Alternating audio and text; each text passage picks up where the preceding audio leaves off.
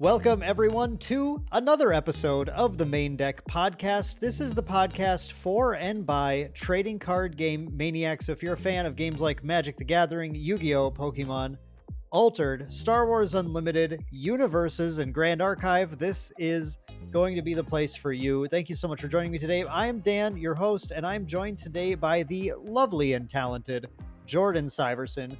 And I think I just got a Discord notification. Jordan, how's it going? It's going fantastic. How about yourself? I am doing great, other than I have to turn off Discord right now. Audience, that was not your Discord, that was mine. I apologize for that. Today, you guys are joining us today for episode number 35 of the Maindeck Podcast. And this is, I always just want to say this is a very special episode, but I think I say that about every single episode. Everyone feels special to me, but this one is quite a unique episode because this, our dear listeners, is our last episode of the Maindeck Podcast. But I want you to hang on. What's that? End of an era. End of an era. It is. But I want you to hang on because I don't just turn it off and go, well, they're done, I don't need to listen anymore. I don't know if people would do that, but we have a lot to talk about. The episode today is titled Evolution, as you saw. And the main topic of discussion, once we get to that, is going to be about evolution. Jordan, what does evolution mean? Pop quiz.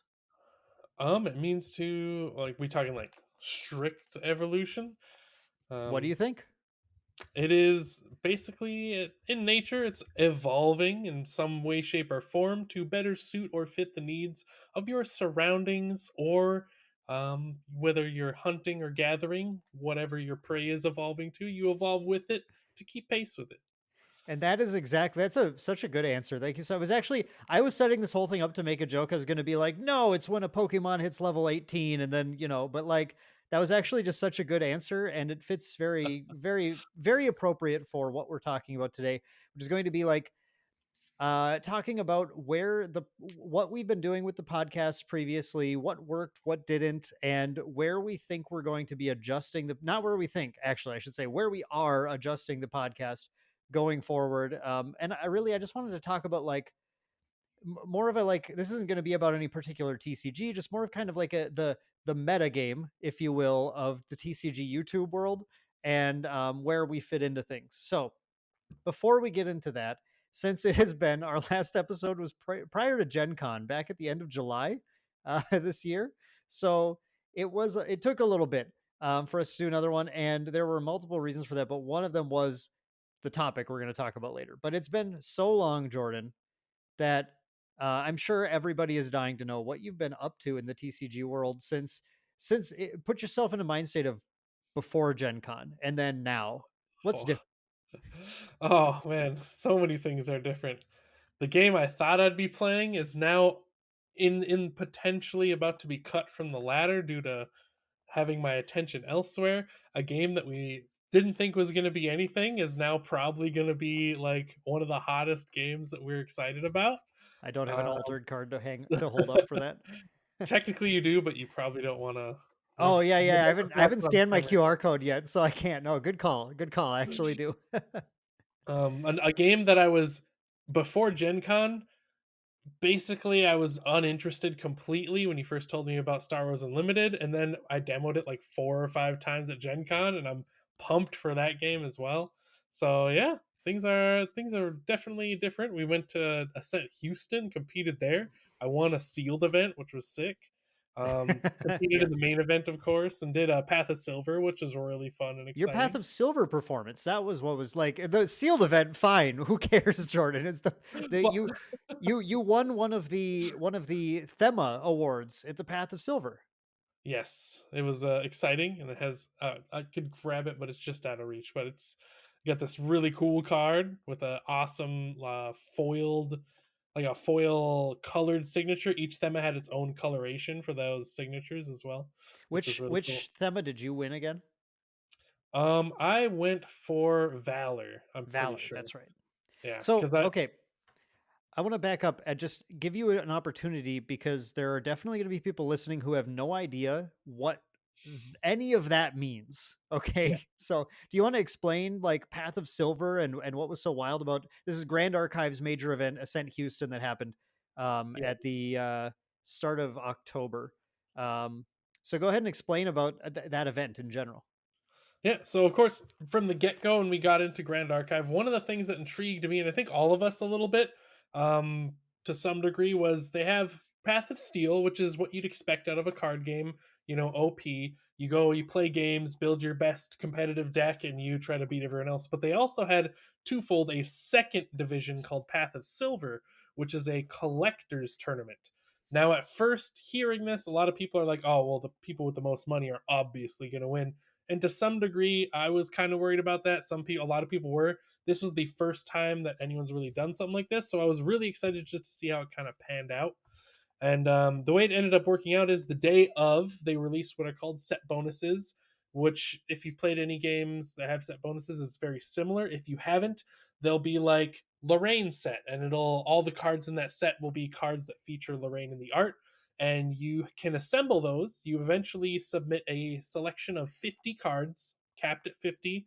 Technically, I think you can submit less, but you can't go over 50, and the objective is to make the most points. And they have different categories. There's overall, which won the special Morgan, which a person in our group, Josh, great store owner and sponsor of J Dub's card games, here in the channel. He was competing in the overall, and I was competing in one of the other three, which was Valor, Grace, and I forgot what the other one Charm. was. Charm, yeah. Valor, Grace, and Charm. So every single card in this game has 5 different thema categories. There were 2 that were ungraded for this particular event. And they have different, points. So like a cute squirrel might have a bunch of charm and grace and not a lot of valor or ferocity, stuff like that. And then the set bonuses, of course, also gave you these different things. So the magic, the real competitive part of this, and makes it not necessarily whoever has the biggest bank account wins, is they release hundreds of the like 100 or 120 or maybe even up to 200 of these set bonuses, and you have to then go through, see what cards you have, see what cards you have in foil and the different versions you have, see what fits into these sets, and either try to like min max a specific category, which is what I did, because I knew I didn't have a lot of the big priced cards that would probably win an overall. So instead, I kind of like target farmed in a way where I was just optimizing for one single stat to get it as high as humanly possible. I want to Um, interject quick and just say, so these stats are an interesting thing about this, because you typically, when you're going to a gaming event, let's say you're going to your local like Austin Powers tournament, and you know what all your cards do because they have all the stats written on the card here. Austin's got one groovy vibe, one shagadelic vibe, and one randy vibe, as you'd expect. So in Grand Archive, of course, all the cards have all their normal like gameplay stats written on them, but all the stuff you're talking about here is actually like these are hidden stats. These are stats that are not intrinsic to the printed card, but there's something that are just kind of managed in the online database for the card game, the index, that is correct. which is what the company manages. In a way, it's like how Pokemon have hidden IVs. If for all the hardcore like competitive Pokemon players, your Pokemon has all the IVs that determine sort of its starting stats. Um, so they're not written right on the card, but it means that the company is great. Weaves of the Shore is able to have kind of full control over this. And if like Ascent, Houston's Path of Silver like didn't go well or something, they needed to adjust numbers, they could just right on the back end go, you know what, we're adjusting all these values for the next one so that everything's got a different balance to it or something. Which I just think is kind of a cool feature of it too. Yeah, for sure. And it definitely is an easy way to keep the meta fresh, so to say, if there's a thing as a meta for Path of Silver. But You know, um, speaking of that too, there's another interesting component of it is you talked about the all the set bonuses that they have. And I noticed I didn't get like a really good dig through. I was too focused on Path of Steel the whole time. But I, just looking at some of them and hearing people talk about it, I noticed that one thing they did in Path of Silver was that in those set bonuses, they kind of went out of their way to include cards that were not as like found to be as like competitively playable in the game. So like there's a big meme card in the game called Refurbish, which is just like it's just a bad card. It just is not good. You shouldn't play it in like any deck. It's never good. It's one of those cards where it just like I think it just had a tweak or two towards the end where it like went from being like maybe that's a playable card to this just isn't good anymore. As I heard a happens. rumor that the card was very good in, like, early testing, and then it was just way too good, so, like, we have to make it like, they had to balance it, and then something with the, like, designer notes got misinterpreted, and instead of, like, nerfing it a level little, they made it just abysmally bad by Right. accident.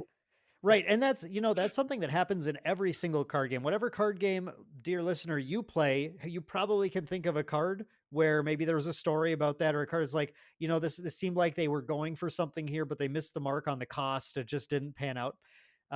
And the cool thing about this is that when you look through those set bonuses, they were like refurbish was like everywhere. There was Wasn't at least everywhere, but for the category I was in specifically, there I needed a total of I had to get my hands on 5 copies of foil refurbished to yeah. maximize the thing because there were See, a bunch of Valor set bonuses that gave an obscene amount of Valor per card, and it had, like, multiple refurbishes in it, and it was and that's hilarious. and that's exactly what I'm saying. Like literally just making one that's like, well, for this bonus, you require 3 foil for refurbish.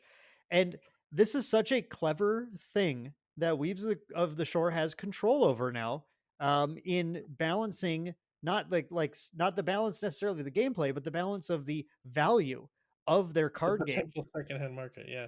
Right. That's what I was Where gonna get to next is, like, after they did the sets, you have the full day and, like, to do what they call trade day, where now you're on the hunt for stuff you don't have, and it adds intrinsic value to all foils. So, like, if you're just in this game, you've been in other card games, you pull, like, a foil for a card that no one plays and you're not gonna play it, and it feels kinda bad. You're like, "This is like a 2-cent foil garbage. I should have just pulled something regular."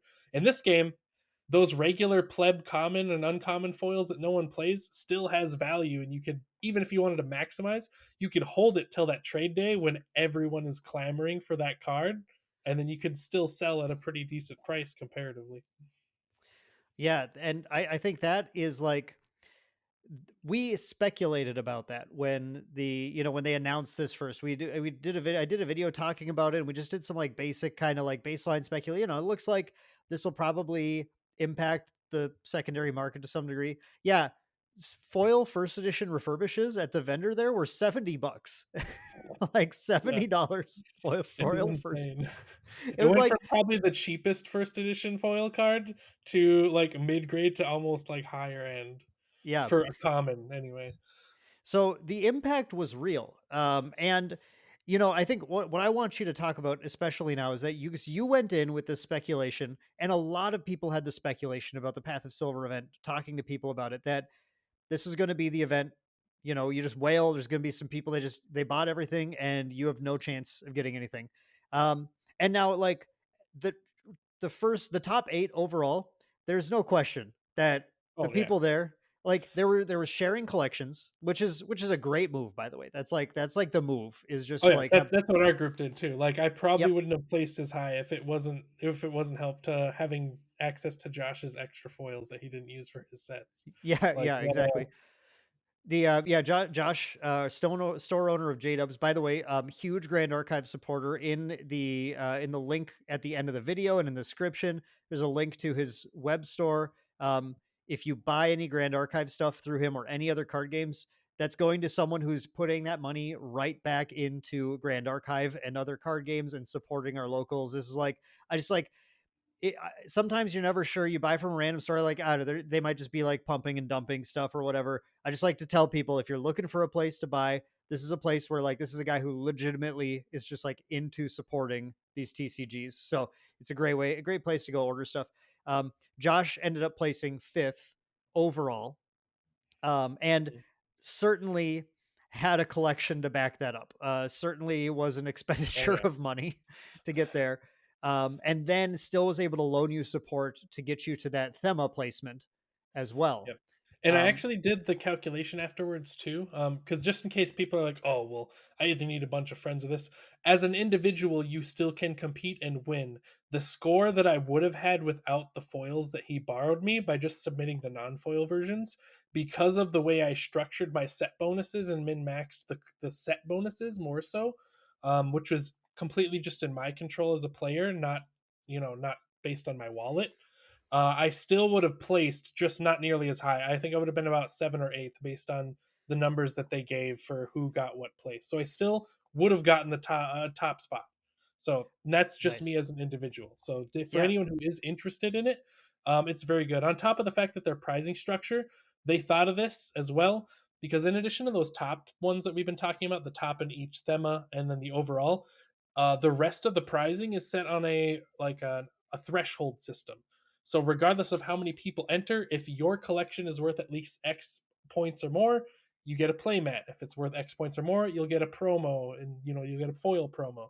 So at the cost of entry, even if I hadn't top placed, I still got more than my money's worth of prizes and things just by meeting the regular thresholds, which were really easy. There was a lot of people that literally just like threw all their foils in a collection and submitted it, and pretty much made most of the thresholds. So they're very achievable if you're interested in jumping in.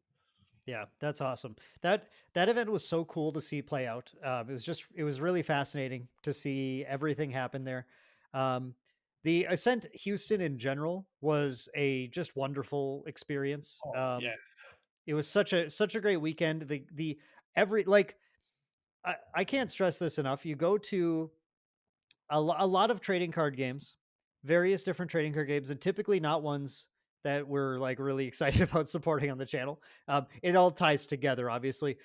You go to these events; they're run by third party people who don't even necessarily really care about what's going on. Sometimes, and I want to be clear, sometimes you have third party groups who like really like they're really into this game and that's awesome and they'll put on a wonderful experience. That has not been my experience every single time with events like this. But when we went to Ascent Houston, this was like the entire dev team, the entire dev team from Weaves of the Shore was there. You get to meet every single person. Chris, who does the rules, Silidar, Roger, Alan, like everyone there, more people too. It's like everyone was yeah, there. And it was a just they were so excited. They were clearly just like it was the passion of seeing like the thing they've been working for the past couple of years on just really like come together with the whole community loving the game that they put out and just having a great time. Like it was just this it was this irreplaceable it was this completely impossible to replicate emotion in that room, I think, without like it's just so earnest, so much enjoyment and love of what was going on. um yeah. that yeah, I left more excited about the game than I ever had been before. Yeah, it probably is one of, if not the best, like card game event that I've traveled to. Um, it like everything ran smoothly. They had one hiccup, which was beyond their control with the pairing software, Yep. because their in-house pairing software wasn't quite ready for the event in time, so they used, I forgot what it was called, but it like they're the using server for it challenge crashed. they're using challenge with multiple backups. Like they made a challenge bracket and then they knew Mhm. challenge was prone to failing, so they had, I think, one or two backup brackets as well where they They did. duplicated everything in, and all of them failed. Every single one failed. And the thing you said, that their Omnidex is their software that's in beta right now. That they said wasn't quite ready to use. I afterwards I maybe this is an uncorroborated rumor, but I swear I heard like Silidar saying at some point we could have just used Omnidex. It just hadn't gone through with the like large scale testing yet.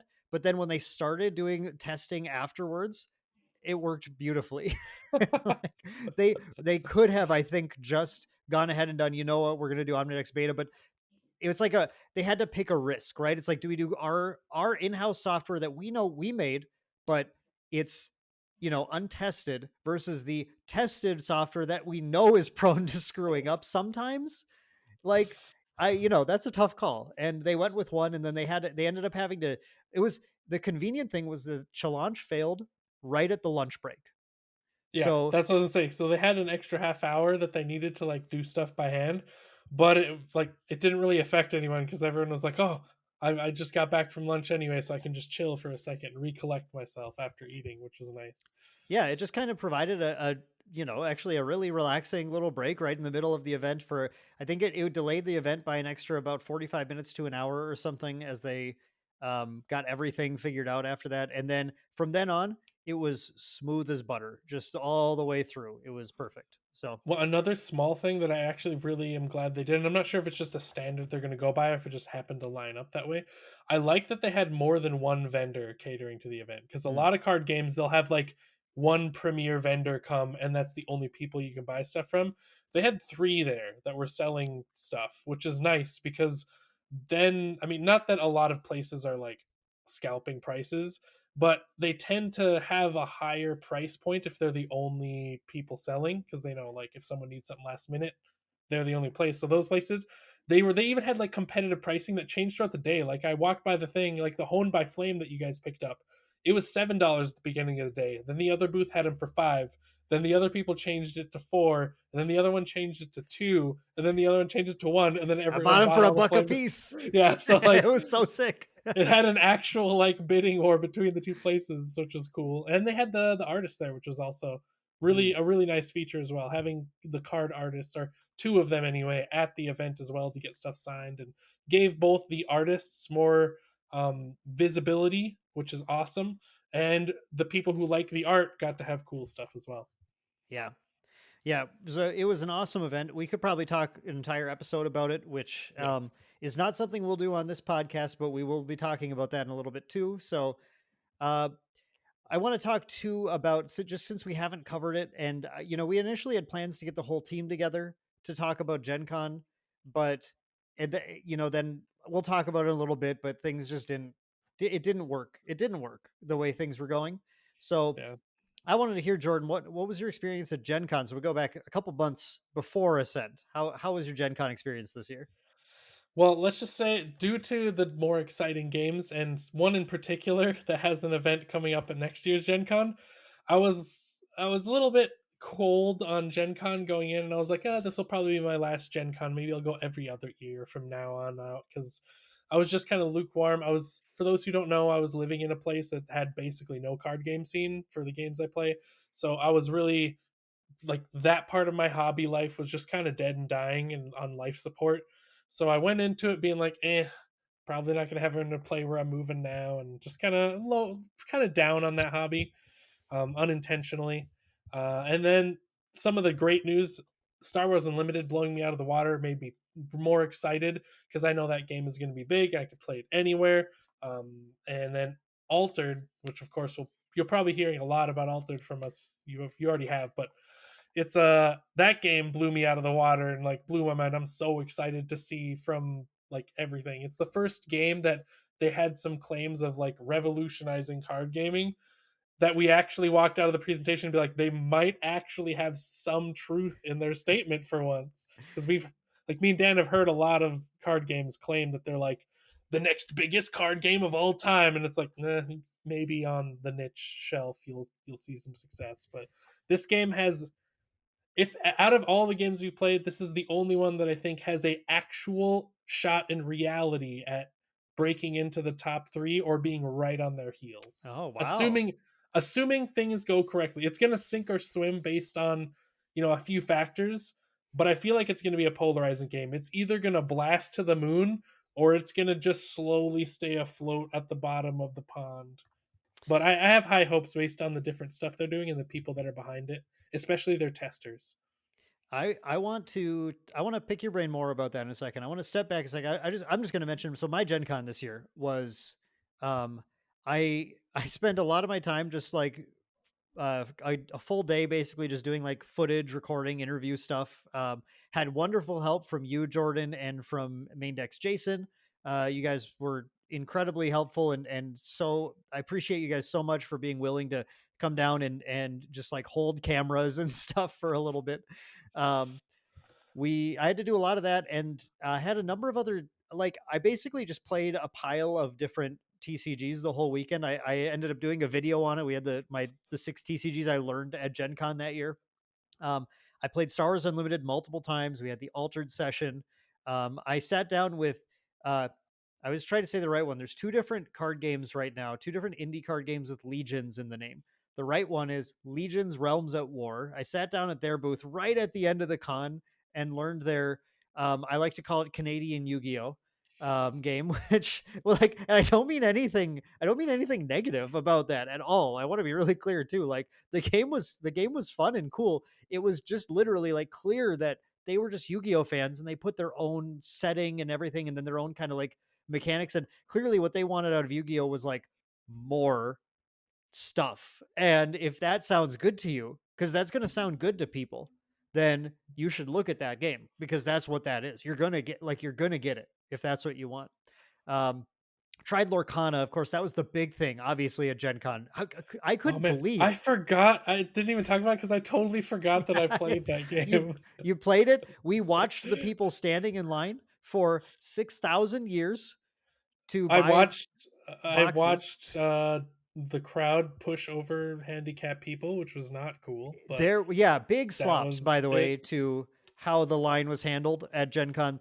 Gen Con was a wonderful experience, but not for everybody because that was a man. And normally They they're needed. so good about their crowd work at Gen Con. That's why I was most surprised about it because I was like, normally they're good at like making sure people are walking and like things are placed in such a way so stuff won't get blocked. But this year they put the Ravensburger booth. I mean, I think it's because they put it in the same place every year, but like they should have known there's gonna be a huge line immediately, and they put it right next to two entrances, one of which is the like more handicap accessible door. So that door got like immediately blocked, like right away by a line, which was just like, why didn't they put it somewhere out of the way? So here's something I think about this. Um, so going into Gen Con, and one thing about me is that I followed, obviously I follow TCGs very closely. And prior to, like, I've always been into TCGs since Star Wars CCG a million years ago. But I went through some stints, period of time where like I dipped on TCGs and I played basically just board games all the time. Um, and because of that, I've gotten into like both communities and I watch both communities and I can my ears to the ground basically on them. And I think what happened, part of the reason that Lorcana had such a problem at Gen Con was that the tabletop board gaming community, of which Gen Con's like staff are mostly involved in. Gen Con staff are not like TCG fanatics. Like you don't meet like at the top tables of a TCG someone who's like, "Oh yeah, I run Gen Con." Like that's not like Peter Adkison, the guy who like owns Gen Con now. I mean, he started at Magic. Okay, like just to be clear, like he was one of the founders of Wizards of the Coast. Um, but these days, I mean, they're all that most of the staff is like board game, role playing game, maybe miniature game players, and they probably dabble in TCGs. But it's like I'm just saying that there's no one there who's like I'm a TCG person. That, as far as I'm aware, and if there is, their voice isn't loud because I think what happened was that the entire board gaming community, including I think the people who run Gen Con, thought, oh yeah, Lorcana is going to be sold there. Nobody thought Lorcana is going to be like a death stampede to acquire. And Oh, because they didn't have that foresight to understand, like, to really like correctly ascertain the true level of popularity and fervor that people have to acquire it, there was on day one, the line setup just was not, there was no setup prepared to deal with a line that literally goes around out and around the Indianapolis Convention Center to just like give you an idea of how long this line was. It was absurd. It was yeah. I've in all our years of Gen Con, I've never seen a line like that for anything ever. It was insane. I couldn't believe that. It was So definitely a sight to behold. yeah, and it caused some serious problems. By day two, they started to figure things out a little bit. They had the I never remember what they're called. There's a Yeah, they funny had it name for hammered the little out. stands. The things with the They ropes. started having people line up the second they went in the door, and they had them on the outside of the like along the wall. They made them go along the like outside, and Yeah. so it was much more managed the second day. But the first day it was a zoo. Yeah, it was miserable. So yeah, I played that. Lorcana is a card game that I played. Is was more or less my takeaway from it. I totally get people getting excited about it. The IP is awesome. It's super easy to get into. Great to play with a family. Good. I put it on number 2 on our casual game list here because it's a great casual game. Great multiplayer game. Not something that we're going to be covering because it just doesn't get my goat. I guess. Um, Yeah, it's yeah, it was as you guys saw, I literally forgot that I played it because it had made such a great impact on me. I yeah. don't know. When I played it, it was just too boring. I made the passing joke afterwards about, Lorcana, more like Snorcana. Snore con. Just because Yeah. there's not a lot of interaction that you have. Oh, actually, there's no interaction when it's not your turn, so it's kind of like you guys are both just like racing adjacently. It's not a bad game. Its design is carved for a specific audience. I am just not in that, core audience that they designed for. However, like, I have friends that I know love the game, and I have, like, you know family members that don't necessarily play card games, but with their kids, this is something that both of them can easily learn and get into and have like great family time with. And Yep. of course, it's Disney, so it's easily recognizable by everyone. So, like, both family members and kids alike are going to know everything on the cards most of the time. So, it's Yep. a fantastic product. It's just not a product for me, and that's totally fine. Yep. Exactly my takeaway too. Yep. Absolutely. And Star Wars Unlimited, however, Yeah, was a that was like I couldn't stop going back and playing demos of that even with the starter decks and the more like basic cards or whatever. It was um that's a game for me, and I am super excited to be covering more and more on the channel as well. What did you so you Jordan, you weren't like a huge Star Wars guy, but it worked for you, right? yeah, like, I like Star Wars decently enough. I'm just not like a super fan or anything. Yeah. I like it enough, but not enough to where it's gonna pull me into a game just because it has Star Wars in it. There's features about Star Wars I love, but it was mainly just because I knew there was already other card games that I was playing. I only have the budget for time and money for X amount of card games, and I was at the time you first told me about it, I was like, eh. The last couple Star Wars games didn't really do it for me. This isn't probably not going to be anything crazy. But then you did the rules video, and I watched it, and I was like, okay, maybe there's something to this. And then when I played it at Gen Con, I was like, this game is sick. I need to play this game. So, which Yeah. is cool. And I'm almost glad that I'm not a huge Star Wars fan because I think I was talking to you or someone else Yeah. about it. This will be the game that I can do the thing I've always thought of doing, which is sell all my foils and like the high price cards, and then use that money to pay for the game itself. Because that way, it lessens the pocketbook. And since I don't care about the franchise as much as I know other people will, I'm totally fine selling my like $400 alternate art foil super rare, hyperspace card to somebody who is going to pay me that amount of money. Right. Yeah, yeah, and I think that's a totally reasonable way. I think like I actually wish more people would do that kind of thing because I think some people just well, one thing is it takes some effort, right? Every time you crack open your stuff, then you have to go like hop on TCG Player, sell everything, do all the shipping or whatever. It Yep. would be really cool to have a game where you could just sell anything you didn't want to, like with a click of a button, and you don't have to ship anything. Yeah, By the I way, Jordan, know. what did you think of Altered TCG? Oh man, that one. Mind blown at everything. They did such a good job with the way they presented it to us too. We Yeah, walked in, we saw the gorgeous art, and they just kind of let us simmer for a bit on all the different art, which was like, I think they said like 95% of the game art at that point was completed in the books ready for printing. Which we already like, okay, so this game's really far along already. Like, if they're this close, then they showed us the rules. We played a couple games and we were already like, can we play another? And they're like, if we have time after the presentation, we're like, okay, so we're already chomping at the bit for more. And then the presentation, literally every slide was like my mind being blown over and over again. And then when they started saying something kind of questionable, you're like, oh no. Like, there was they started talking about the digital collection, and literally everyone in the room, like, visibly was like, because we were getting ready, we were bracing for the the NFT impact. yep, And then yep. the guy was like, no, no, no, no. I already know what you're thinking. And then he like hit the button on the slide, and the big words said, no NFT or blockchain, not even close, like not even related. And we all had a sigh of relief, and it's just gonna be great. I'm so excited about Altered. We'll So probably link the big bomb of information below because it's yeah, literally, in order to tell you even just the cliff notes, it's gonna take like 30 minutes on its own. The Right. full video of the breakdown is like an hour and a half, an hour and 40 minutes. There's a lot of information because they're revolutionizing or making an attempt to revolutionize not just the game itself, because the gameplay is also very novel and very different. The way they approach the gameplay and the theme of what's actually happening in the game is different. But like everything from distribution to the printing of cards to like prizing is all taking big leaps forward, in my opinion. The thing that was really funny to me was so just to be clear to everyone too, Altered wasn't a game. It wasn't. If you went to Gen Con, you're like, "Oh, I didn't see that. That makes sense. It was a closed door presentation.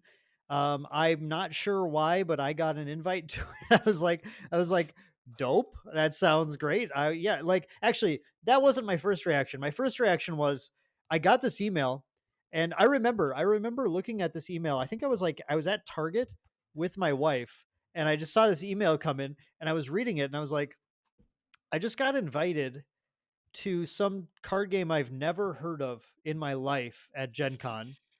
And we're like, is this even like a real thing? Am I being scammed right now or something? Um, and then it said it's, revolutionary, whatever. And I was like, wow, cool. Another game that thinks they are revolutionizing the industry with, I wonder what twist on shield mechanics are we going to say this time or something like that, um, but I think I saw the Asmodee label in there somewhere. And it was like I think the emails were from like an Asmodee thing or something. Was like, well, I mean, if it's Asmodee, like it's not nobody, there's something there. So it's like, sure, I guess I'll go check your thing out. Still, but again, like I'm sure there are other bigger TCG content creators that didn't reach out to, but they reached out to me. And I'm sure they're happy about that because after we went, both of us were like, this is the greatest thing. This is so cool. And we've been kind of like on the forefront of pushing stuff out since then. But the one thing that struck me in the presentation that was really funny was that we had just come from learning Star Wars Unlimited. And if you know anything about the mechanics of that game, we sat down to alter it and they're like, okay, draw your 6 card hand. You can put 3 things down, face down as resources from your hand. Each turn, you're going to draw 2 cards. You can put one more face down. There are 2 zones where you can play your characters to every turn. And I was like, how what are the odds? And apparently like this is, according to they learned unlimited that weekend too, and they were like, yeah, it's really funny actually that I guess we just both had some pretty good ideas at the same time, back and forth like actions as well. It's like it's not a yeah it's like there's a lot of similarities in the core skeleton of just kind of like how turns flow and how the board looks.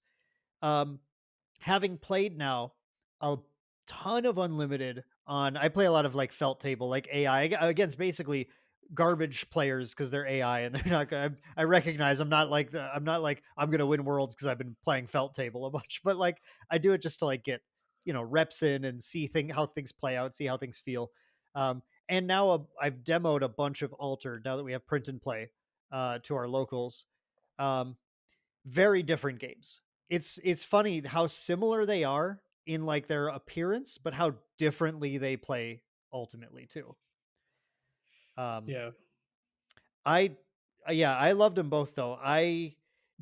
Don't I don't know how everyone's going to handle this new TCG market next year because there's just so many They're starting to insane really games. like a lot of them are picking up the like the slack because yeah, back in the day, like there'd be almost as many TCGs almost every year, but for the most part, it was like nothing ever worth like talking about or changing games, let alone, especially when you have like your main game. But this year, for some reason, everyone just brought their like SSS game to like the Yeah. table. We're just like, these are all the good ideas we had bunched into like one time frame. And then we have games like UniVersus, which we still support here at the channel at different capacities, who just announced, just did like the topical sort of discussion. Next year for UniVersus, they're finally stopping just My Hero Academia. I'm excited for people to finally stop referring it exclusively to exclusively as the My Hero Academia card game. All Yeah. those words jumbled up in my head and they just kind of spewed out on the table. But yeah, I'm excited for people to stop exclusively referring to it as the My Hero Academia card game, because next year UniVersus is getting Yu Yu Hakusho, Cowboy Bebop, Trigun Stampede. I think a Godzilla Challenger deck. It might be confirmed as well. I wasn't sure on that. That may or may not, but they just From confirmed. what they said, it seems like it, but I don't think they've like hard confirmed. But it's like the biggest hint possible without just outright saying that Yeah, there'll be Godzilla challenge decks. and next year we just confirmed. Speaking of gigantic monsters, Attack on Metacross is Titan. coming back. Woo! Okay, wait. Do we have? Before I want to do a Oh, quick sorry. Yeah, aside on not that. coming back. They never left. They're not We'll do a officially quick dead. aside on Metacross in just a second. I just wanted to point out that like also UniVersus is bringing their A game for IPs with a host Yep. of sweet anime IPs. I'm really excited for that, and I'm excited for what else is coming. Do you know how badly, Jordan, I want Spy Family Challenger decks? It would work so well. It would work perfectly. Not a whole set. I don't think you could really do a good whole set on Spy Family.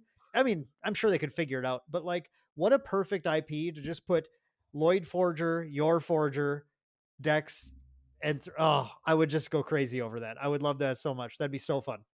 Yeah, the inside me is still rooting for the game. I want them to jump back into my top three.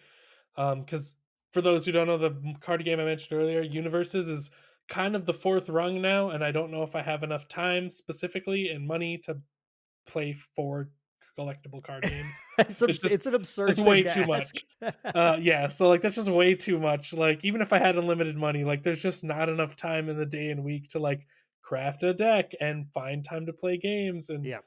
so Universes is I'm giving them for sure until the end of Dark Tournament to win my heart back. Um, but the other games are just swinging so hard to the fences that they got to like kind of catch up. Yep. Um, Although I mean, I think these IPs are a good step these are towards great that. steps in the yeah, they're a great step in the right direction. That's one of the thing that sort of I over time I was just getting kind of meh about it, is because I like My Hero. Don't get me wrong, it's a great show. I like it in general as an IP, but as a card game player, having the same theme in a game that I originally got into for being a multi-branched thing, it got a little stale for me thematically. I know Yeah. some people love that it was one theme the whole way through, but when I jumped into the game, I was excited to have basically Cowboy Bebop and Yu Yu Hakusho and fighting games that I liked all being represented in this game. And even if they don't bring fighting games back, which I feel like they might because some fighting games are getting a little bit more up there, but more so having, cooler anime and just having diverse roster of stuff is the reason I like the game, in addition to the mechanics, of course. But In our interview with Lohan, he seemed to really be strongly hinting that if you're a fighting game fan, you're not being left in the dark here. yeah, I I was would behind the guess, camera and I was like, yeah, when he yeah, said that. I would guess challenger decks are going to be the premium place to toss that stuff in, because trying to sell full booster sets of very specific, even the popular fighting games are still like niche compared to things like Attack on Titan and Yeah, My Hero Academia. Um, as far as like who's going to buy cards, I want to be really clear too. Like there are big fighting game communities. Like everybody knows what Street Fighter is, right? But yeah. who's But they're going to not buy necessarily gonna Street jump Fighter into a trading card cards? game. Yeah. Right? Like that's where you got to take your Venn diagram and narrow it down a little bit. Where I think challenger decks will be just like, you know what, and that's really cool too, because then it's like, oh yeah, I that's Ryu. I wanted Ryu. Boom, I have a Ryu deck. Like the perfect entry point for stuff like that. Okay, because we're going really long on this, I just really quickly have to Oh, geez, mention yeah. Metacross. Metacross. This is our shout out to our long term, not just main deck, but Metamaniacs viewers, or maybe Hell even yeah. cross streaming if you remember the origins of everything. Or if you want to go and just sort our videos by oldest and then watch the earliest stuff, you'll see that. We started off covering specifically just Metacross trading card game. Um, and Panini, who at this point I'm fine just saying is one of the worst trading card game companies on the planet. I don't know what they're doing. I don't know why they do the things they do. And I just when I think like, you know what, that's they're just gonna fade into obscurity, they do something else that just blows my mind in how just completely unexplainable it is. So Metacross died, quote unquote, but they never officially, there was never like a post on the blog saying like, "Thank you so much for your support. We're ending support of the Metacross trading card game." That And they never still do happened. giveaways as though the game has, like, been going strong, Same which thing with props to NFL them, 5. but Yeah, same thing with NFL 5, which did not get a release in the last year. It did it because also there's some like Panini, I believe, lost the NFL license now as well, and is in the no process of way. losing it. Um, Really? yeah, yeah, That's crazy. That's actually crazy because, like, they print almost all of the, like, non-game trading cards for NFL, yeah. don't they? So, like, that and they have for, like, years and Yes. years. So that's actually, I mean, not Oh, really important to our discussion, but that's actually kinda crazy if they did, because hang that's on. huge. There was a news update in October I missed. Um, The NFL Players Association has lost the round of its legal battle with Panini over the termination of its license to create trading cards with player names and images. Um, so it sounds like for now, both Panini and Fanatics was the one who was getting the license. Will both be able to sell NFLPA licensed cards. But the NFLPA is still aggressively pursuing the position on the hearing to try and terminate Panini's license.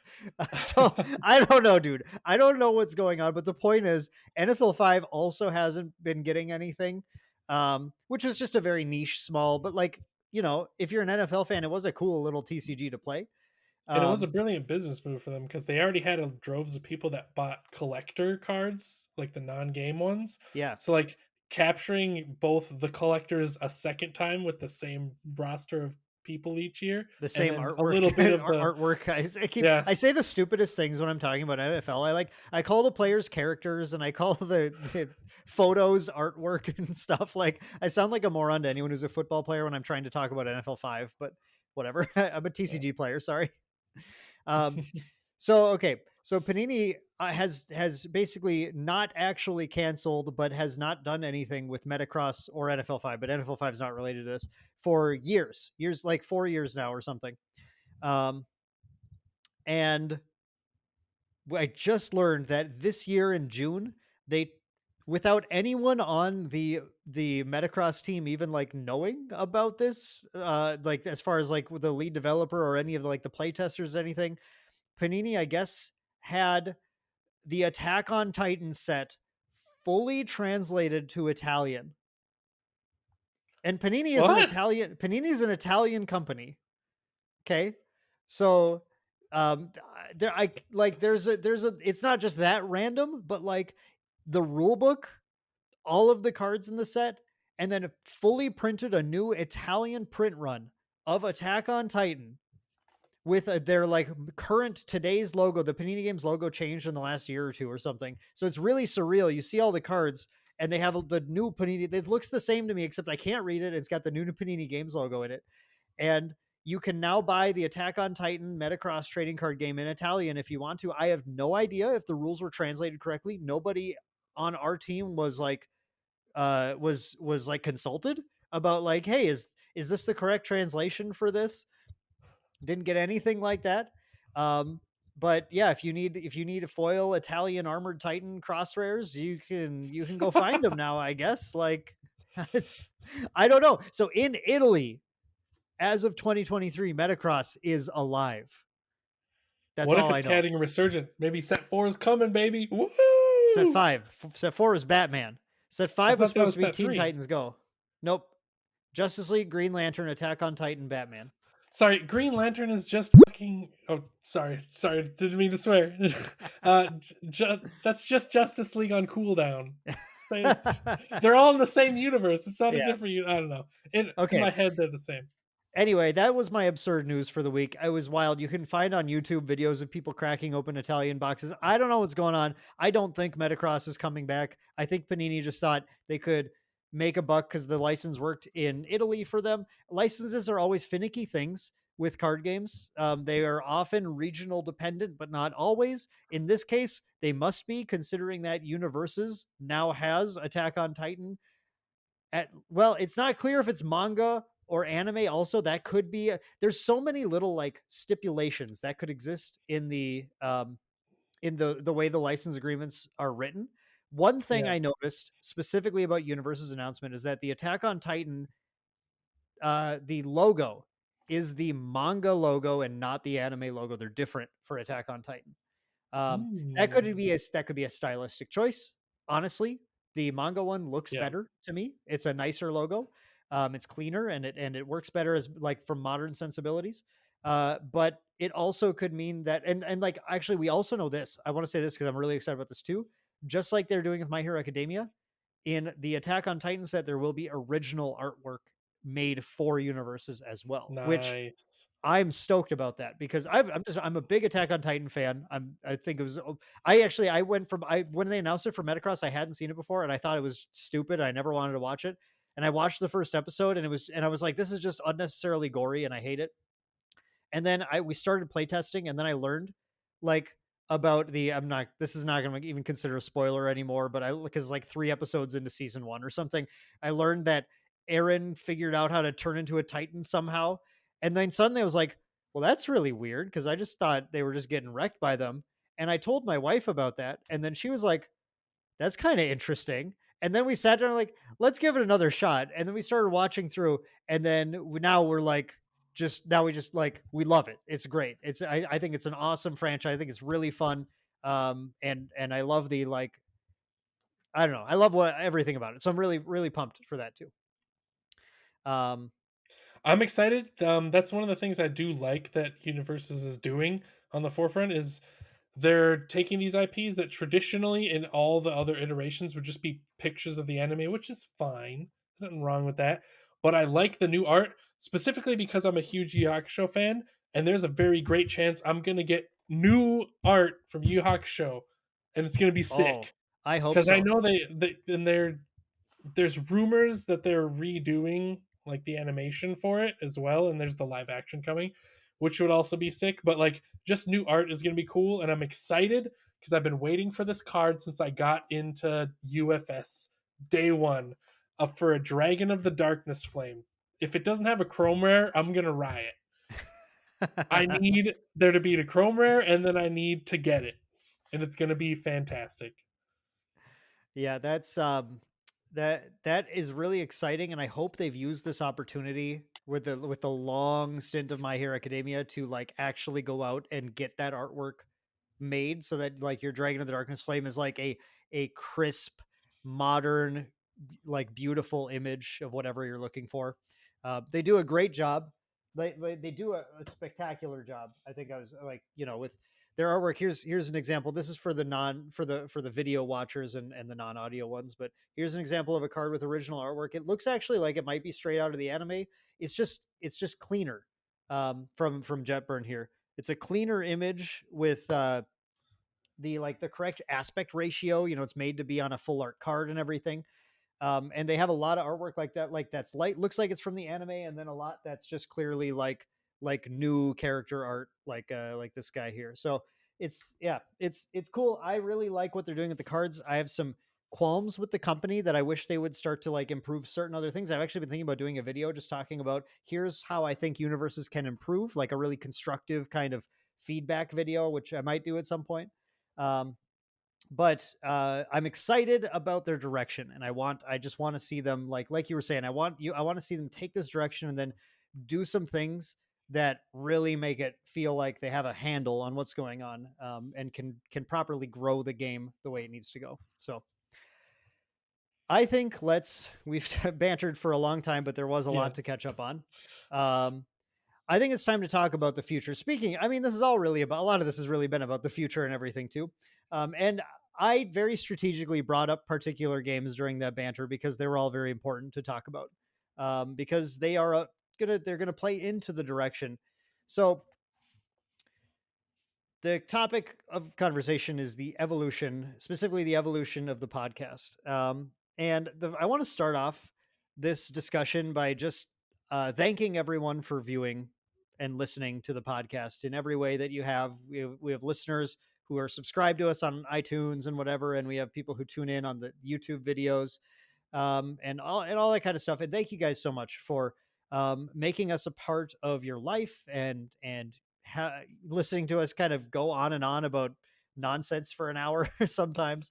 Um, it's the podcast is something that we do out of passion, actually, purely out of just enjoying talking about card games. Because if you sit down and you look at our metrics everywhere, which is something as we've been growing, this especially this past year, you have to do if you're in the mindset in a growth related mindset if you want to continue to grow this. Which, as I'm never hiding the fact that what I want to do is do this full time. I enjoy so much getting to create content for people, help people. I spend a lot of time producing our informative videos, like our ultimate how to play videos, our videos going over like rarities and all sorts of stuff in card games, informative videos, because um, it's the kind of content that I think is important for these card games so people can find the information they're looking for. And because I love the trading card game hobby and I have for 25 years, and I have no sign of not loving it anytime in the future. I love everything about it. We go to like Ascent, like we were talking about, and my love only grows deeper every time we go to Gen Con, and Jordan's about to like drop out of card games and comes back. He's like, nope, it's the one for me. We love trading card games here, and I want to be able to do this all the time. So I am looking constantly at metrics and what's working and what's not working. When we brought back the podcast, we actually started the main deck show. Jordan, do you remember when we started the main deck show Oh yeah. many years ago? It was a it was always a 4-person podcast. Um, and that was when we had Dylan Straby joining us. It was And like Mike you, me, Piper. Dylan, and Mike being the common four. Kevin would come in and take a spot sometimes for those episodes. Um, those I are think we fun. had Mitch on one time. Mitch might have been on one time. Yeah, that Yeah. might be true. Um, Ever since then, we've and I've podcasted a lot before that too. I used to do our one of our LGS's podcasts. I used to be a regular on that too. Um, we started the Metamaniacs show, which then turned into the Main Deck podcast, with the idea of there there just wasn't really a podcast that I could find in my research at the time that just talked about the TCG hobby as a whole. Um, every podcast was focused. You would go listen to your Magic podcasts, Infinite Magic podcasts. You would listen to people doing Star Wars Destiny podcasts. Like for some reason, the Fantasy Flight Games world has a lot of podcasts. I think podcasting actually like is more or less popular depending a little bit on the game you're looking at, which I think is kind of interesting too. Lorcana is another big podcast game. Lots of podcasts covering Lorcana as well. Um, yeah, it's kind of interesting. But I saw that and I thought, there's just, I wish there were just podcasts for the people like me who just love playing lots of card games and would cover a variety of topics and really delve into, because the thing is, you get these podcast hosts who are wonderful and super knowledgeable about their area, but then you reference something for like that I think is like basic magic knowledge, and they're like, oh, I've never really. I started with Star Wars Destiny. I don't know anything about Magic, and I always felt like there's a missed opportunity, like a disconnect there. That like, oh, it'd be nice to be able to hear people who were all very like kind of TCG Renaissance people who just like dabbled and knew a lot about a lot of different games. So we made that podcast to fill that niche. And we ran it for a while, and then COVID derailed everything. I lost a lot of motivation to do things without being able to do in-person events for a long time. My motivation for TCGs just disappeared, and I found myself getting more into just video games and everything as my hobby on the side instead. It didn't take much for once everything came back for me to be like back in on everything, and we rebooted. Um, Metamaniacs at the time, and I Grand Archive was announced. That was like the big moment of like rebooting everything. When I found out about Grand Archive from a random Facebook ad, um, I saw it. I was like, this looks kind of neat. Found out about it, thought like, wow, these are. I think one thing that happened was like the passion that I could feel from the developers was like rubbing off on me. I was like, oh yeah, this is what I love about TCGs. It like started to like reignite that spark a little bit. I started telling you guys, I was like, hey guys, remember card games? And here's a card game. You should check this out. And we all like were starting to get a little excited again. Jordan, you got very hyped about Grand Archive and backed in a high level right away too, right? I wasn't hyped right away. It was kind of a leap of faith. Um, Oh, I mean, okay, that's fair. I liked what I saw, but see, I didn't hear about it. You didn't get around to like notifying me until it was like I think literally like the day before the last day of the Kickstarter, and I was just Oh, like, was it? yeah, because I was sitting at my. I remember being at my computer, being like, oh, how much do I drop? Because I'm not new to Kickstarter, so I know most of the time like those exclusives always get me. But Exclusives. I was like, 500 seems okay, but everyone else is backing at for the most part. The 1,000, I was like, 1,000 is a lot of money to spend on a single card game. Because keep in mind, up until this point, um, back before COVID and stuff, I was kind of ending my college career and getting into real career territory. So I'm in my mind, I'm still was working off of like college kids budget, which was like maybe one or two boxes a set is like the most I'd buy. Right. And then being like sitting down being like, am I really about to spend $1,000 on one card game set? And then I was like, you know what, whatever, I got the money now. Sure. If it ends up being bad, like I'll just never do it again. Yeah, And then yep. I'll never trust Dan again. yeah, and Yeah, like a little bit was that not necessarily not at fault of you because the games were good, but we had gone through like a streak of like 3 games that would be like, oh, this is the sick new game that started with DBZ, and then through powers not in Dan's control, that game got canceled prematurely. And that was sad. And I was like, oh, well, I just got invested in this game and now can't play it. And then Metacross came out. And then again, things beyond your control, that got postponed indefinitely. And I was like, oh, well, that's another card until game. its Italian release. Until the Italian release. And so then I pseudo got you guys into UniVersus. And then back when it was UFS, and everyone was it was going up, and then COVID happened, and everyone stopped playing, and the card shops near us were like, "We're only carrying Magic until COVID's over," and I was like, "Well, that's dead now." And then this Grand Archive came up, and at this point, I had already moved, and I was like, "It's already hard enough to find people to play, but I'm going to be moving back in like a year when this comes out. Like, sure, we'll give it a go." And now it's the opposite. I regret not backing at the tier above the one I Yeah. backed. I want to be clear too, just because like I think sometimes the wrong impression gets rubbed off on people, but like $1,000 is a crazy amount to spend Yeah, on it a is card game, the most especially money I spent. an unproven Kickstarter game. Like the only reason that I told people that I thought it was, I told our close group that I thought it was reasonable. And every time I did video content on it, I was very like, You reined it you in. should make your own decision. Like, I don't think you should do anything. You should just decide what you want to do. But to you guys, I was like, it's because I was using all of my years of just my knowledge, watching games, talking to the developers, kind of like doing my best to crystal ball the future. And I thought, I think this one is a safe bet. I think this is a good one. Um, and so I actually told you guys you might want to back at a higher level for this one. Um, and nobody regretted it from our group, which is great. Yeah, from the mechanics to the art to the way the developers were talking and described stuff, I was pretty sold. I was just very nervous because I was like, normally when it's that much money too, I want more time to think on it and stew. But I was like, I don't. I have 24 hours to like Yeah. go through this information and make Yeah, a choice. I really pushed you against a wall for that one. Sorry. That's no um, problem. It worked out in the end. I think I really just thought like, oh, he's not really into TCGs right now. I think that was I'm starting to remember now. I think it was just Yeah, like, that's well, I'm pretty sure that's what it was too. yeah, Because it was like, we were why am randomly I going to meeting to push you? play something else online, and you're like, "Oh yeah, there's this game that I was been looking at. I've been meaning to tell you, but it hasn't come up, and we haven't really been online." And then I was Yeah. looking it up while we were, I think, like in the middle of like an encounter on a different game, and I was like, "This kind of looks sick."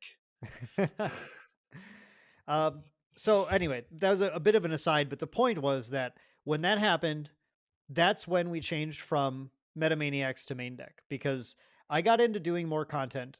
Um, and I think what happened was I just like I had sort of a growth period over that sort of hiatus where I started to understand a little bit more what I needed to do and what I wanted to do. I went off on my training arc. I didn't even do anything specifically related to like video creation or anything.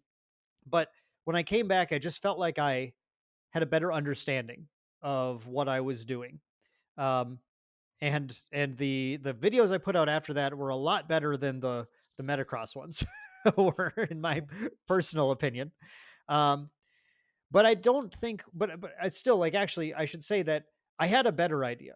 I'm going to look back at this in 5 years and be like, I had no idea what I was doing during that podcast either. I know that's going to happen because it's always a moving target.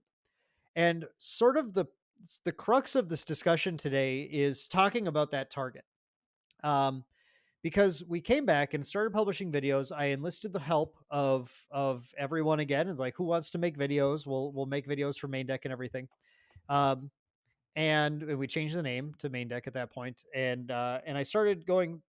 I just started. We started doing as you do. I started doing and learning as because there's no way to sit down and learn how to be a top tier video creator or podcast or anything. The way you learn is just by doing. Um, so we're on episode 35 of the podcast now. And there's a whole lot I could talk about, specifically other video creation stuff that I've learned, but we're going to focus on the podcast now. We eventually brought back the Main Deck podcast, not because I thought I needed a really good piece of video content, but because I thought the podcast was really fun. So I want to bring back the Metamaniacs show, but I can't have the Metamaniacs show on Main Deck. So we renamed it the Main Deck podcast.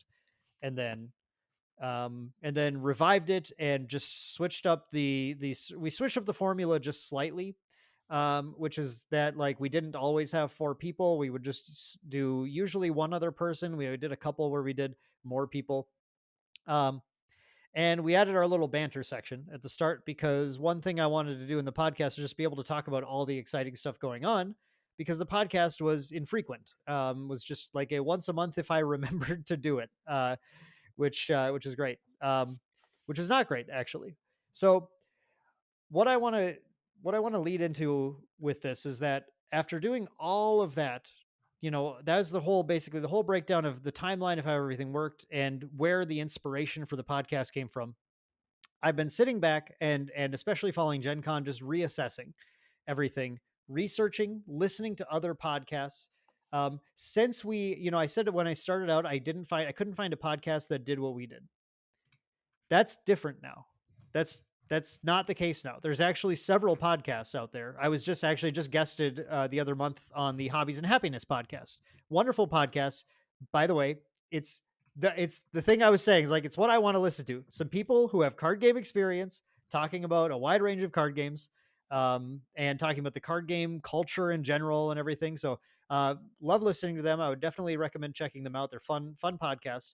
Um, and after I sat back and looked at everything, one thing I noticed was that the podcast was never very popular, numbers wise.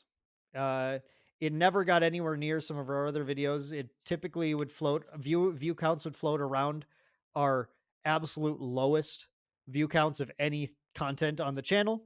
Other than well, let's just leave it at that. On some of the lowest ones on the channel, typically it was around there. I started to look at the other podcasts that I really like that are doing similar things, and their view counts are also like the same as the Main Deck podcast. Um, and the revelation I had, and one of the biggest impetuses of change here was this revelation that, you know what, I think there's a reason that nobody was doing the podcast the way that I thought.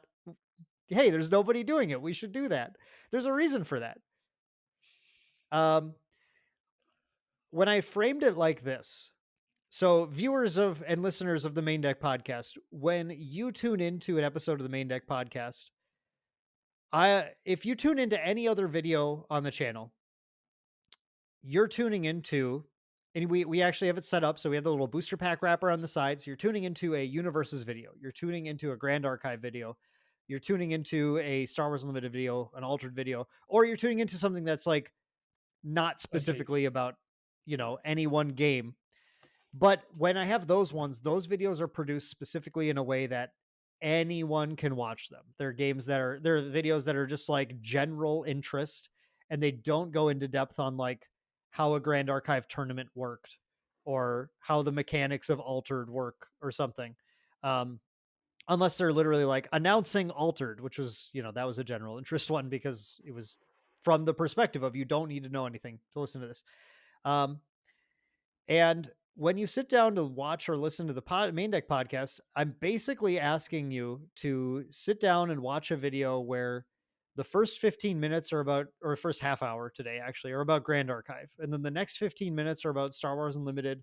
And there's another 10 minutes about Altered. And then there's another 15 minutes about Metacross. UniVersus, and then Metacross. So 5 minutes on Metacross. But like, I'm I'm basically taking my already niche audience who are into, card games that aren't Magic the Gathering, okay, or Yu-Gi-Oh or Pokemon, actually, those three.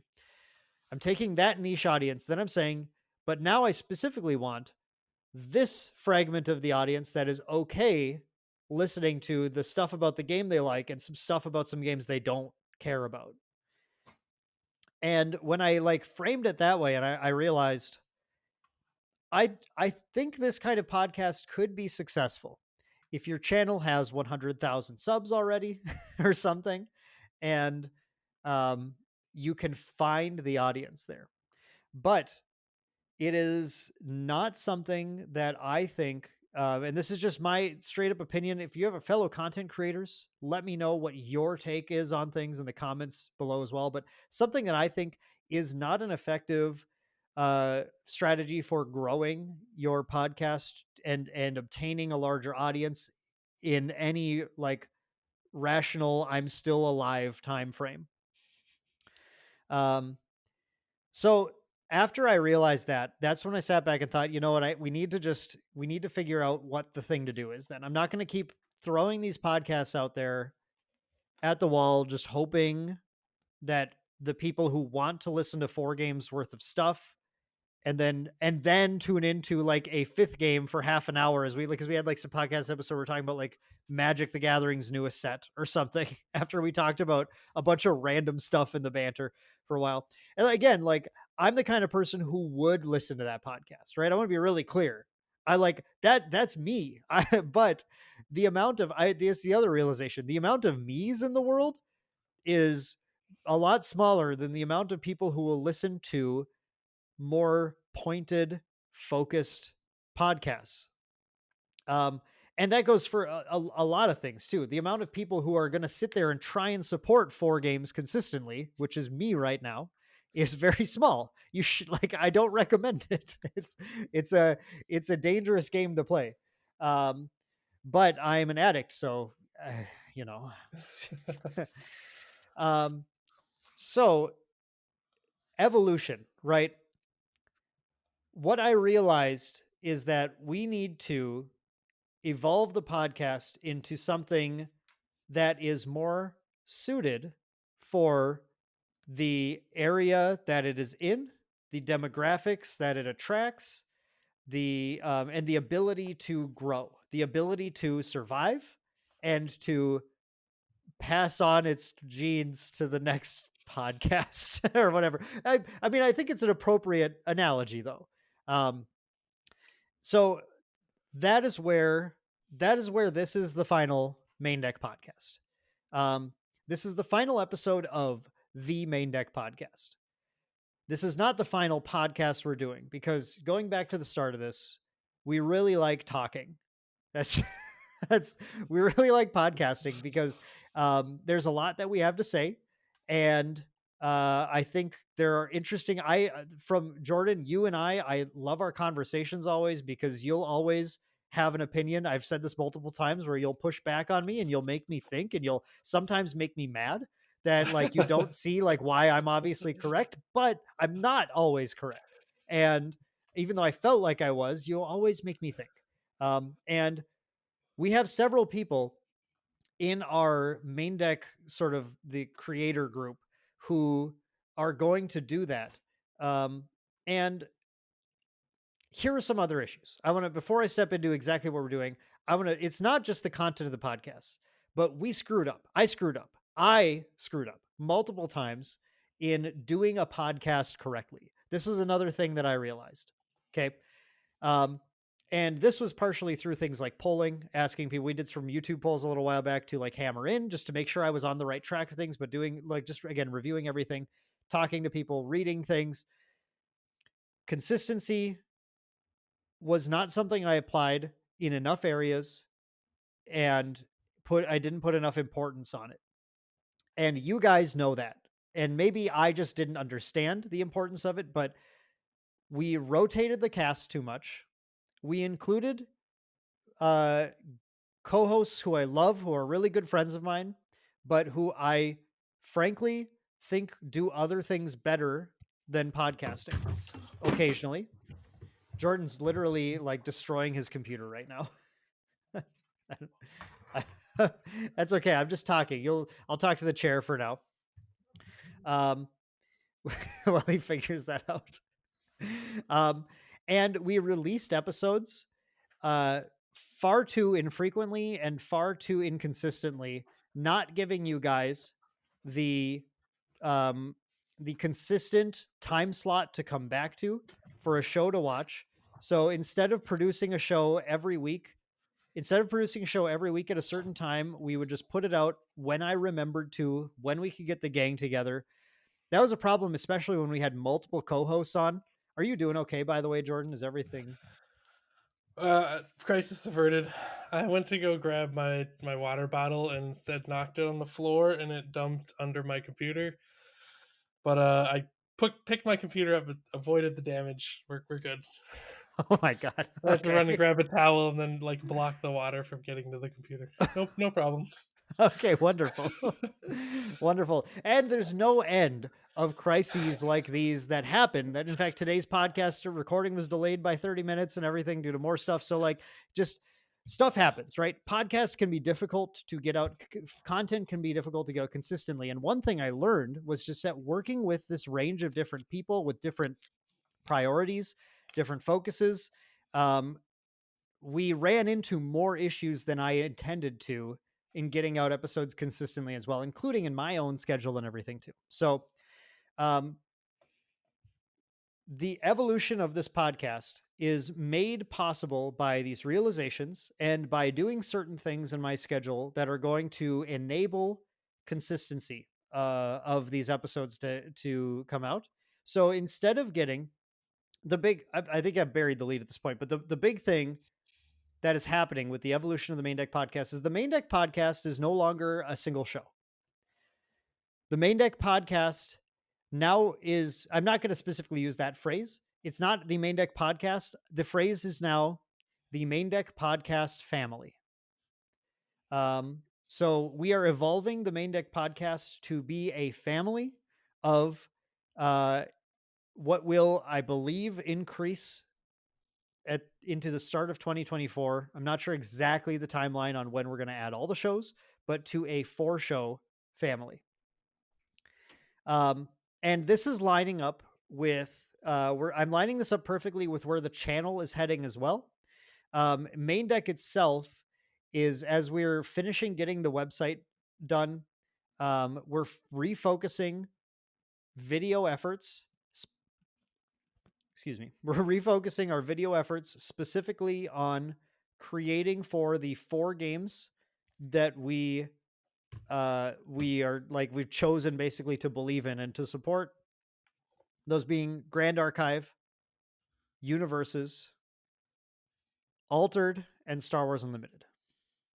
So if I haven't officially announced that, this is the official announcement, that going forward, our video content is planned to be specifically on either those 4 games or the generic content that you've seen us putting out, things like top 5 lists, tier lists, that, stuff like that. The Maindeck Podcast family is going to be one way that we provide to you guys a consistent flow of content for those 4 games in particular. As far as I understand, and part of this is based on nebulous timelines of creation of assets that I require to put the episodes out. Um, so, subject to slight tweaking, but the first Maindeck Podcast family episodes that we'll be releasing will be for Grand Archive and Altered. The ones that will follow will be Star Wars Unlimited and then UniVersus. I believe that's roughly the order that they're going to come out in. The Altered one might come before Grand Archive. Every Maindeck Podcast family episode, every Maindeck Podcast family podcast, that's the way to say it, will have its own title. It'll be its own entity that you will seek out if you care about that episode. So I want to be really clear. If you are currently subscribed to the Maindeck Podcast, I may do one more, not a full episode, when the podcasts are available, just letting you know, like a 10-minute, like, hey, that thing I said we're going to do, it's happened now. Here are the podcasts. They're all up. Go subscribe to them if you want to. I'll talk about the names today, actually. So so that maybe you may see one little like epilogue. I might call it an epilogue where we just say that this is where to go now for these, because I want you to be able to go subscribe to them when you get this, when you hear this podcast is live. But right now you can't subscribe to them. If you go search them, you're not going to find them because they're not out yet, but they will be coming. The Grand Archive podcast is called Recollection Step.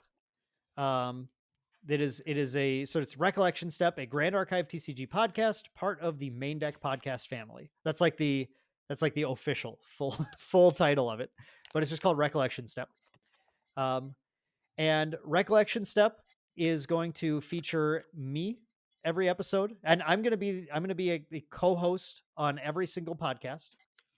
And my co-host for Recollection Step is actually a Maindeck team member that you guys haven't met yet. His name is Taylor.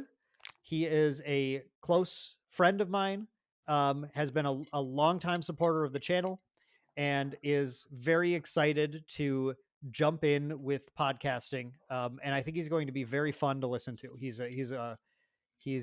He trolls about every video we do. And he'll, I think, be a very entertaining co-host, and he is very knowledgeable about Grand Archive as well. So Recollection Step will be myself and Taylor. The other one that will be coming very shortly is going to be Fleeting Thoughts, the Altered TCG podcast. Fleeting Thoughts is going to be co-hosted by some guy I'm not a huge fan of, whose name is Jordan Syverson. By the way, Jordan, thank you so much for taking on the co-hosting role on that. I appreciate that. I'm excited. I've been wanting to step back into the fun video making for a while and couldn't quite figure out where to fit in now that I'm back in the TCG life. And one thing, just speaking of, before I get back to this, just like a quick aside, one thing about like video content creation in general is that it's been really difficult to figure out. This is where like we're talking about like playing the YouTube, playing the algorithm, trying to figure out what people want to see out of the channel. And I have had for a while, we were getting like Jordan would make a video for us, Mike would make a video for us, and we'd post it. And those never had the consistency of production and style and stuff like that I was looking for.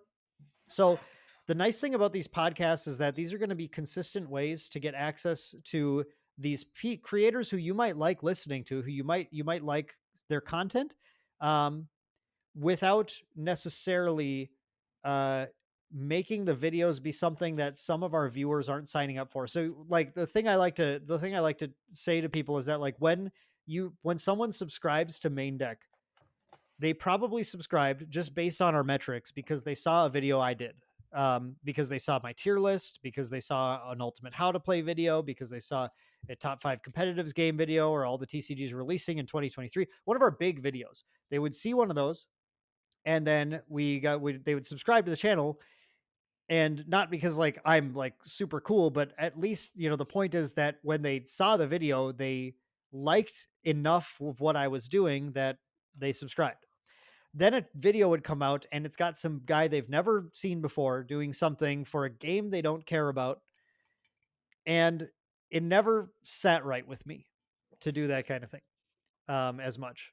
I'm not saying we're completely going away from that, but for now, for the time being, on Main Deck, videos that aren't these podcasts, well, pretty much every video is going to have me in it. It's like this. So I'm editing, I'm producing, I'm controlling it, and I can manage, basically, again, it's not because like I'm special, but because I'm trying to manage the consistency of the experience that people have on the channel, because that's something that I've sort of viewed as important as we've been growing. um so for all these podcasts, it'll be myself and a consistent co-host. So Jordan will be on every episode of Fleeting Thoughts. Taylor will be on every episode of Recollection Step. And these podcasts are going to release bi-weekly, every other week. Like I said, I've managed a system of recording times where we're going to get these settled in, and then we're going to be able to manage up to 4 podcasts bi-weekly, which is 8 episodes a month, to be clear, um, is what I'd like to get to. I'd like to get to that stage so that, if there's one of those 4 games that you like, that every other week you have a piece of content that is a long form thing that you can listen to on your car rides or something. If you like multiple of these games, you're going to be, basically, it's going to be just like the Main Deck podcast, where if you're someone who likes multiple games, except there's going to be way more of it. Now, instead of getting 1 hour, an hour and a half every month and a half, you're going to get multiple hours every month. So that should be good. The other 2 that will be coming are the Star Wars Unlimited podcast, which will be called Galactic Ambition. I really like that title, by the way. That's one of my favorite ones, because that's the title of a card in the game, but also worlds in the game is called the Galactic Qualifiers. So it's going to be about our galactic ambition, our ambition to be galactic champions. So I think I just think that was fun. And our final podcast. Oh, sorry. Uh, I will not talk about the co-host for that yet, because we should be locking that in tonight. I unfortunately just like I've been trying to set up like locking it in, but it will possibly be someone that you all are familiar with, and I'm not 100% sure. And likewise, we haven't completely nailed down the UniVersus podcast yet. Um, we've been discussing it, but it's to the point where I don't want to name anyone as a co-host for that one either. But that one is going to be called String Theory, um, which is a name I also think is really cute, because we use attack strings in that game, and you're talking about the theory of your strings. So, and it's also called universes, and string theory is like a physics concept about the origin of matter in the universe. So, anyway, that's yeah. Anyway, those are the podcasts. Those are becoming bi-weekly, and this is going to be the evolution of the Main Deck podcast into the Main Deck podcast family, and that's going to start in, I believe, late November is when we'll start putting out these episodes. So we'll be going into the new year, hopefully having a couple of these already running consistently for you guys. And the plan is Fridays will be just like this episode. Fridays will be the release day of those podcasts. So, um, Jordan, I don't know if you have anything to say, because you're just like someone to talk to, I guess, while I had a lot to say about this. But did you have any thoughts in general about the direction, the evolution of Main Deck? Nothing really that hasn't been stated. Yeah. I very much concur with the path that we're heading down, and I think it's going to be much better for everyone involved.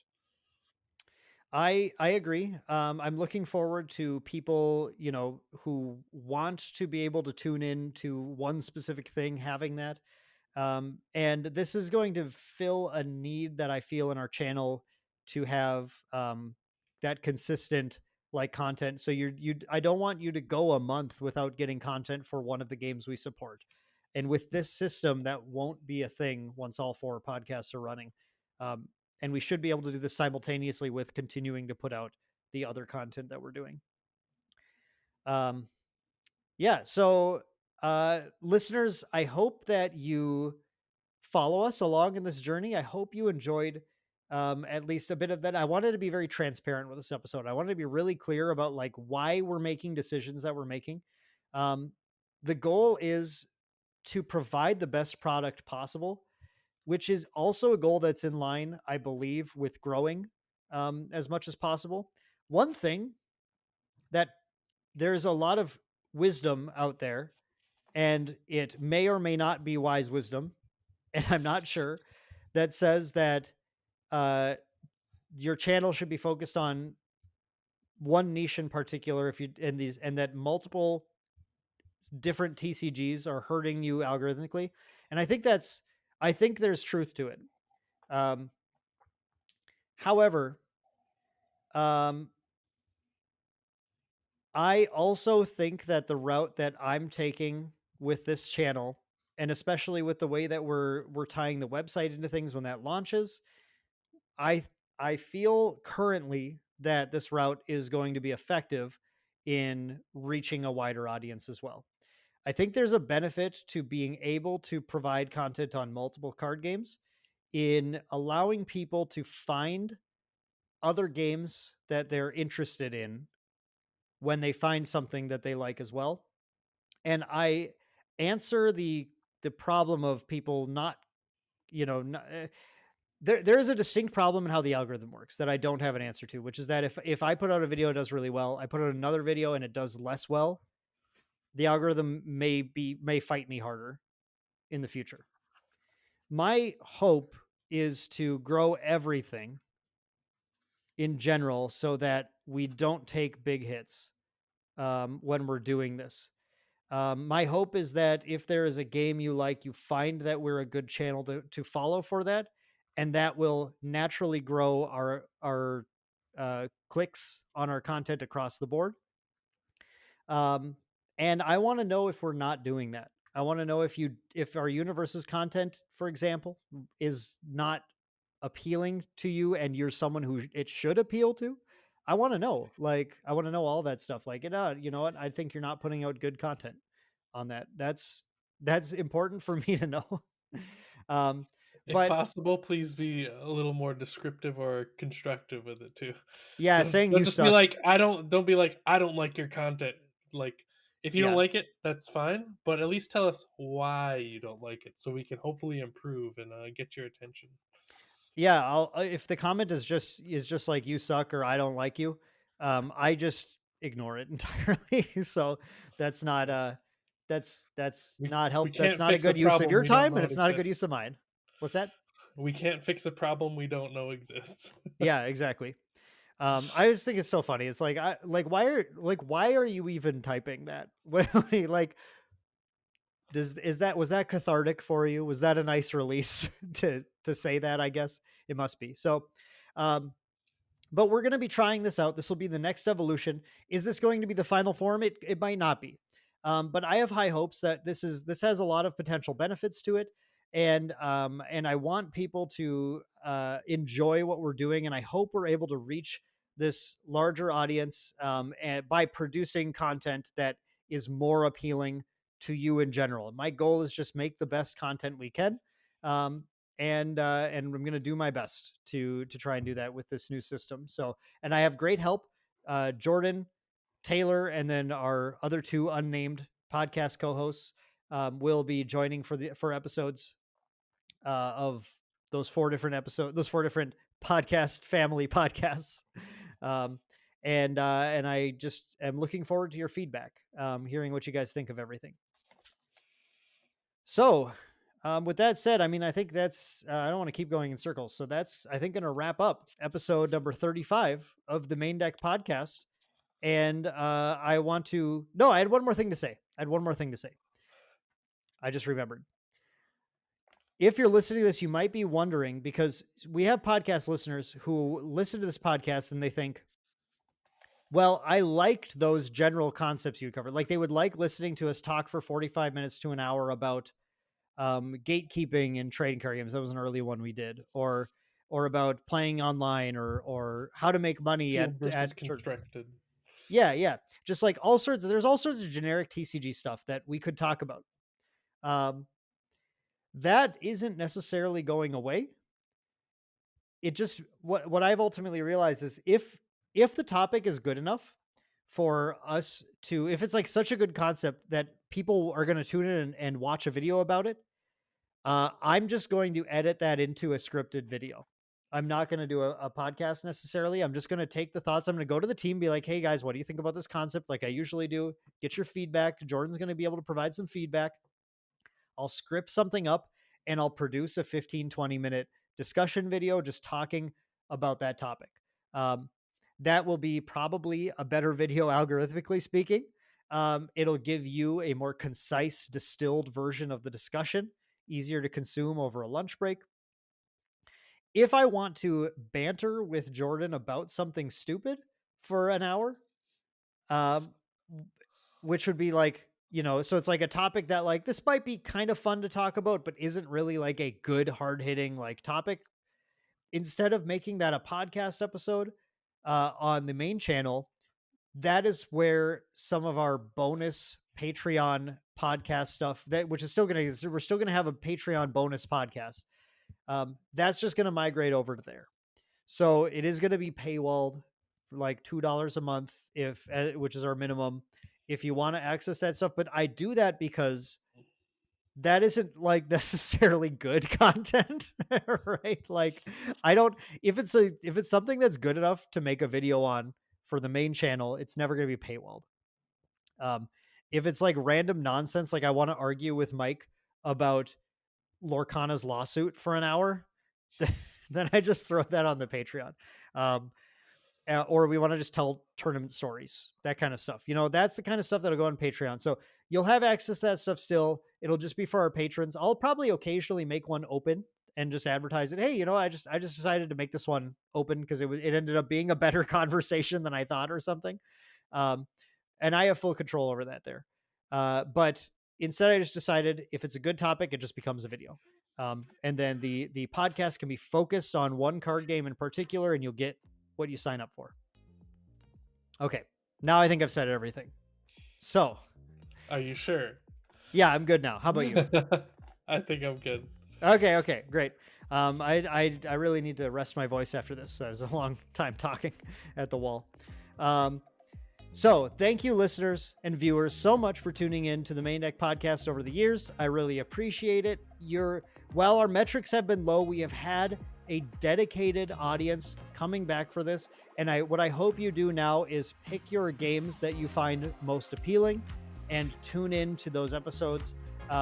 If you've liked watching the Maindeck Podcast because you just like listening to people talk about card games in general, I have great news, because once we have all 4 podcasts going, you'll have like minimum 8 hours of podcasts a month, probably more, because I can never make it short. And you'll have so much more content you can listen to if you just subscribe to all of those podcasts. But take a look, keep your eye out for them. I think I will have an epilogue going up, at least on our audio channel, just saying the names of the podcasts again. But keep an eye out for Recollection Step, Fleeting Thoughts, Galactic Ambition, I have to keep them all straight, and String Theory, the 4 Maindeck Podcast family podcasts that will be coming out very soon. I've been Dan. This has been Jordan. You'll see us next time on Fleeting Thoughts, so keep an eye out for that. Thank you so much for watching. Hope you enjoyed it, and we'll see you in the next iteration of the Maindeck Podcast. Goodbye.